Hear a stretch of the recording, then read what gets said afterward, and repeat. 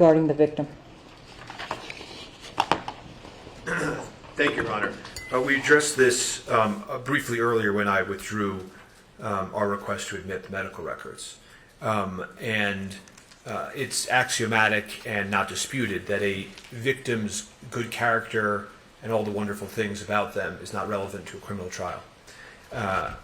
They don't really dispute that. What they do is they try to sort of come up with ways to backdoor that evidence by giving other reasons. Like they say, well, we need to explain why Mr. Souza hired Ms. Hutchins. And so Mr. Souza needs to explain all the background about Ms. Hutchins in order to explain his hiring process, which is, of course, completely irrelevant in the first place and an obvious backdoor and not particularly intellectually honest. Then they say, well, the reason we have to explain where she was born and how she grew up is because there's one moment in this case in thousands of pages in which one witness mentions that she speaks Russian to another witness. So in order to understand that, you have to understand where she grew up in Ukraine and all of that, and her childhood and all of that, to understand that. And of course, that's also intellectually dishonest. And all you have to say, if you care about making sure this court is, and this jury does not, decide this based on emotion and sympathy and the wrong reasons, is you have to say, did she speak Russian? Yes. Did you understand she understood Russian? Yes. You don't have to go into the 30 years of history here. So that's the way to deal with that. In terms of exhibits, it's also very, very simple. They talk about the lapels. I agree with them. The lapels at the scene are relevant. You don't show the positions of the bodies on the ground. It's not relevant. It's not in dispute. It's not a fact in dispute. It doesn't tend to prove anything. I agree with them. The autopsy is relevant. Not the photos. The photos don't help anything. The person who's doing the autopsy is more than sufficient. And let me say something else, and this is why I wanted to quickly withdraw the application for the medical records, which is we don't dispute anything about any of this. This is not an issue in this case. You will not hear us cross-examining or questioning the fact that she passed away or the cause. In the other trial in which you presided off, there was at least some testimony, some indicia that they intended to proceed that way, and maybe that had something to do with why so much of that evidence came in. That is not an issue in this trial. It's just not. And so every single time that evidence comes in, it's wholly irrelevant because I've just told the court we're not making an issue of it, and it's extremely prejudicial. It is the most extreme possible weighing of the scales that one could ever have, because it is completely irrelevant, because I'm saying, I agree, she passed away because of this. So, and their real reasons for doing this is obviously exposed. Okay, so you're sort of combining everything. Why don't you go through each one that you identified? Sure. The character of the deceased victims I just did. Mm-hmm. The moment of death and subsequent pain is obviously completely irrelevant. The emotion, they say in here. Did you say completely relevant? Irrelevant. They say that the reason that they're eliciting it is to bolster witness credibility. That is a per se improper reason. They say that they say evidence is relevant if it explains a witness's conduct and bolsters. They're using emotional sympathy, drama of something to bolster a witness's credibility. The fact that she suffered might be irrelevant or admissible in a wrongful death case. It's not an homicide case. It's nothing to do with it. Nothing. And to the idea that they're going to use it so that the witness is upset on a witness stand and saying, and this is how she fell, and her face was pale, and this, and now everybody's upset, and trust me, I saw what I saw about something relevant, is exactly what a court can't allow. It's exactly what a court can't allow. And they did this the entire trial with, and I mentioned this before with the, where is she now? Is she in the medical vac? They ask all of these, why is even one time, the tone of her skin as she falls, why is that possibly relevant to this trial? And they do it with every single witness. Every single witness they did it with. So then you get to the lapel cameras and the autopsy photos. And so I was trying to track this precisely. Again, we agree that the lapels of the scene are relevant, right? You just don't need to show a body on the ground. It's just not necessary. And the autopsy photos are particularly problematic. They don't show, how are they relevant? We could stay here for days and no one could explain to me how the autopsy photos are relevant. They're not. If the court wants to voir dire the medical examiner and say, is it possible for you to explain this without presenting these graphic, vivid depictions of a tragically killed person? They're going to say, of course I can't.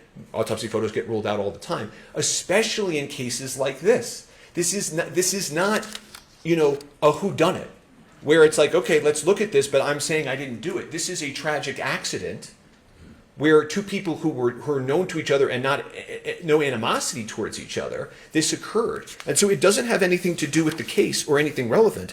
And I'm telling the court that we're not making an issue of this. So if the court knows that, unlike in the Hannah Gutierrez-Reed trial, that this is not in dispute, I really don't understand the basis to allow a single witness to do any of that. A single witness, let alone the cumulative every single witness, which is just being done to taint the jury and to try to get the jury to do something on sympathy. Thank you. State.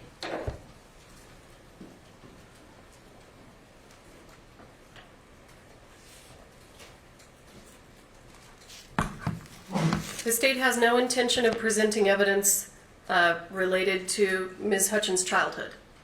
So we can eliminate that right off the bat. What do you plan on? Well, we believe that there is limited testimony from Mr. Souza that's appropriate because jurors don't know how the film industry works. He should be able to take the witness stand and say, as the director, I got to pick my director of photography. Here's what the director of photography does. These are the reasons I picked this person. We're not going to have him talk about, she's an honest person. She's an amazing mother. She's an amazing wife. None of that's coming in. But he gets to tell. We get to put the story in context for the jury, and I think that we can do that without doing all of these things that the defense is claiming are so highly prejudicial.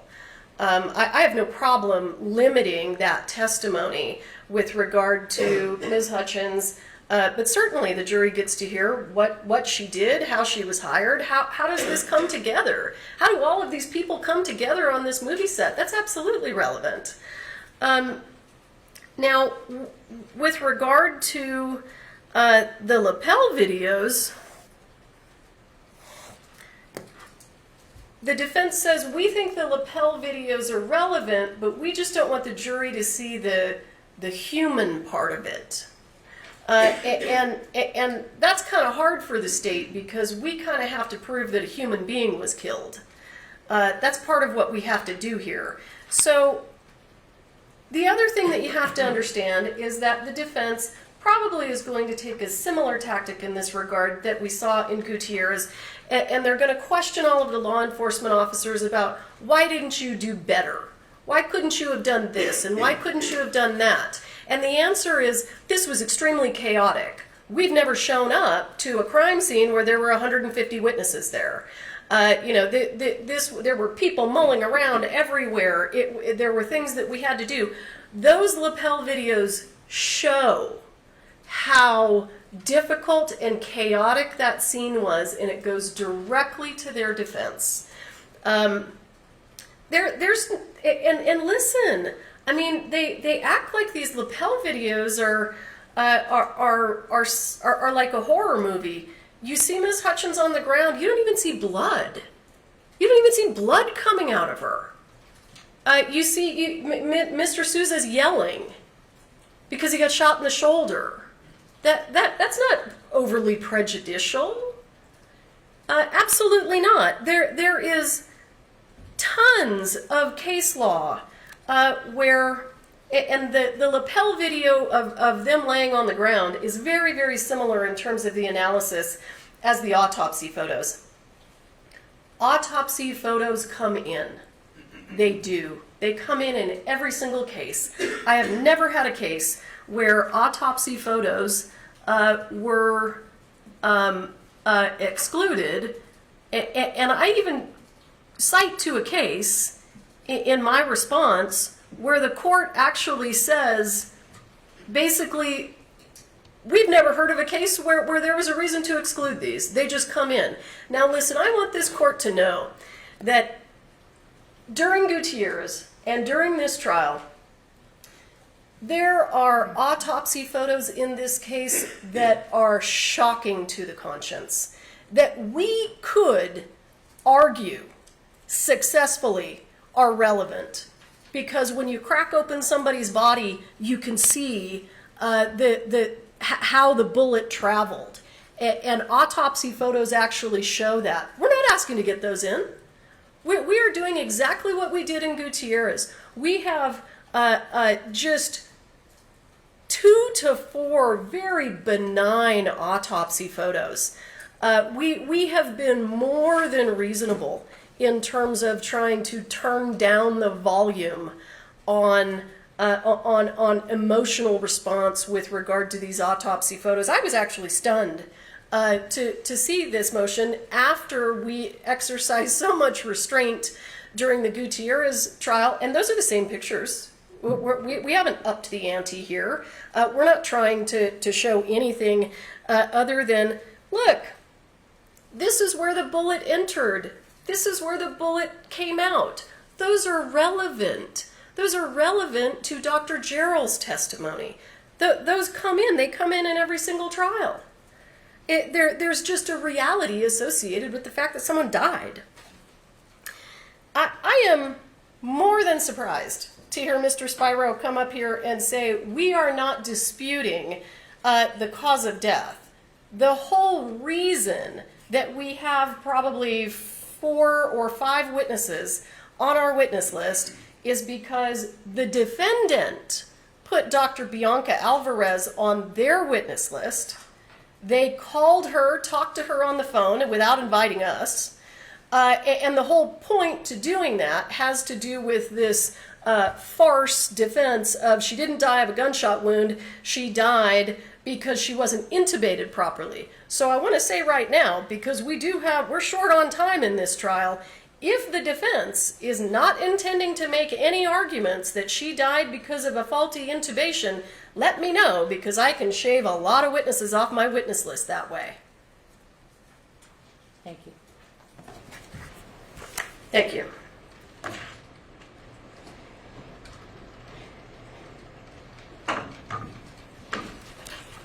State did not address even slightly in either their motion papers, in the Hannah Gutierrez-Reed trial, or in that response, anything about how ashen she is or how the moments happen after matter. They don't.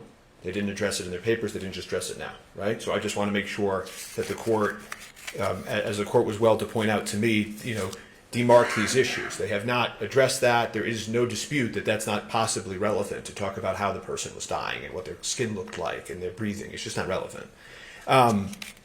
They then go into this, how Mr. Sousa selected her to understand the film industry working. I mean, Your Honor, it's like they don't ask a single other witness, right? Well, how did you get hired, and why did you get hired, right? I mean, so I'm sure that the court sees through this. If somebody were to say to me, this is the one question and answer, and there was an offer to proof, I'm sure we could work this out. But how can I possibly trust this process if we don't hear that exactly because of what I've seen? And then I'll just deal with the autopsy photos.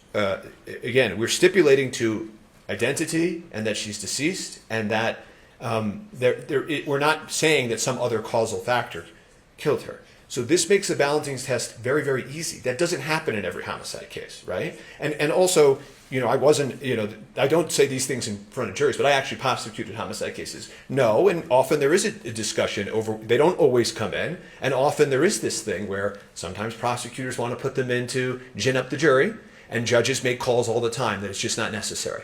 We don't need to remember her that way. We don't need to do that in this case. I don't need to do that in this case. And this court can very well, like the court said to me when this hearing opened, take order of the court and has the discretion to say, no, pictures of this tragic dead body is not necessary here. I'm telling the court again, I'll say it now, I think a second time, which is we are not making an issue out of the cause of death, period. They want to take these people off the witness list, they can. But if that's what we're doing, and I've withdrawn our seeking the medical records, then I've left the court with a very simple, in my judgment, balancing test.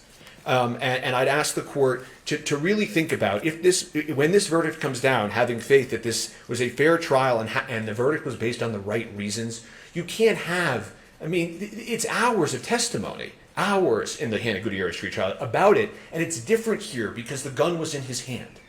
The gun was in his hand. So to allow hours and hours of testimony, when we have, the state has 5 days to present this case, and we need the opportunity to rigorously cross-examine, it doesn't make any sense. I don't think it's fair, and I don't think the court should allow it. Thank you. All right, the court makes the following ruling. All right, with respect to the character of deceased of the deceased, certainly if Mr. Baldwin was going to get up, you'd want to go, how did you come about getting this this job, so to speak? And I think it's just an introductory way to tell the story. Now, I do remember Mr. Souza going into, we met, I liked her, we had things in common, you know, et cetera, et cetera. I think all that needs to be said is that she was one of some choices. He felt that she was a good fit and that she was the director of photography. That's it. Okay. Now, with respect to the moment of death and subsequent pain, I think that does go to the death. That's one of the elements, and the death and the injury, well, the death, and I do think that that makes a fact more probative, and that is the death, and that I don't think that is its probative value substantially outweighed by unfair prejudice. Having said that, I'm trying to recall everything that occurred regarding that, and I do think that the video is appropriate. Now, I think there were some people that got up, and this may be what both of you have referred to, where they talked about being upset, they talked about how upsetting it was and things like that. We don't need that. We just need the lapels videos as to what happened with respect to her being shot and Mr.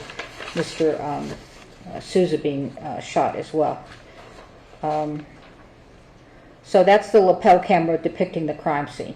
Am I misunderstanding anything else on that? From the defense's perspective, a lot of this also goes to 403 and cumulativeness, right? So could you just answer my question? Okay? Yeah, well, I think the answer I don't want is you to yes. argue again. You already had your chance. I think the answer is yes, Your Honor. I'm not. If I understood the court's ruling, I think the answer is that yes, if the lapel videos are the way that they're going to show where the bodies were or the man. When Lieutenant Benavides is in there and he says, "Everybody clear out."